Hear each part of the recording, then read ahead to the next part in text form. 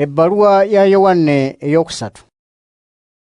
Nze omukadde mpandiikira Gaayo omwagalwa, gwe njagala mu mazima. Omwagalwa, nsaba Katonda obeere bulungi mu byonna, era obeere mulamu mu mubiri nga bw'oli mu mwoyo. Nasanyuka nnyo abooluganda bwe bajja ne boogera nti onyweredde ku mazima era nti g'otambuliramu. Tewali kisanyusanga okuwulira nti abaana bange batambulira mu mazima. Omwagalwa, oli mwesigwa mu byonna by'okolera abooluganda.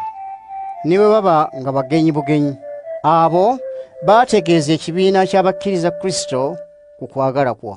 Onooba okoze bulungi okubakulembera ne batambula nga basaanidde Katonda, kubanga beesowolayo olwa Kristo, ne bagaana okuweebwa ekintu n'ekimu okuva mu batakkiriza.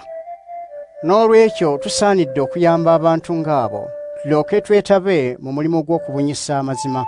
Nawandiikira ekibiina ky'abakkiriza Kristo, naye Diyotirefe olw'okululunkanira okuba omukulu waabwe takkiriza bye ŋŋamba.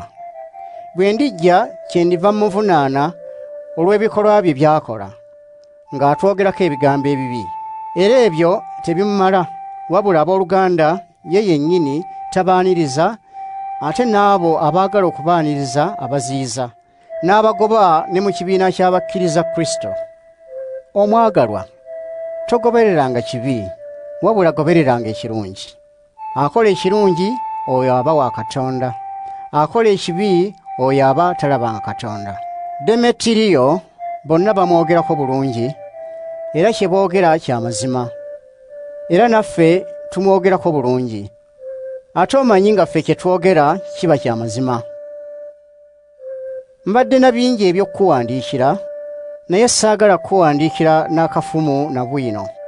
Nsuubira okukulaba amangu, olwo tulyogeranya akamwa n'akamwa. Emirembe gibe naawe. Mikwano gyo bakulamusizza. Lamusa buli omu ku mikwano gyaffe.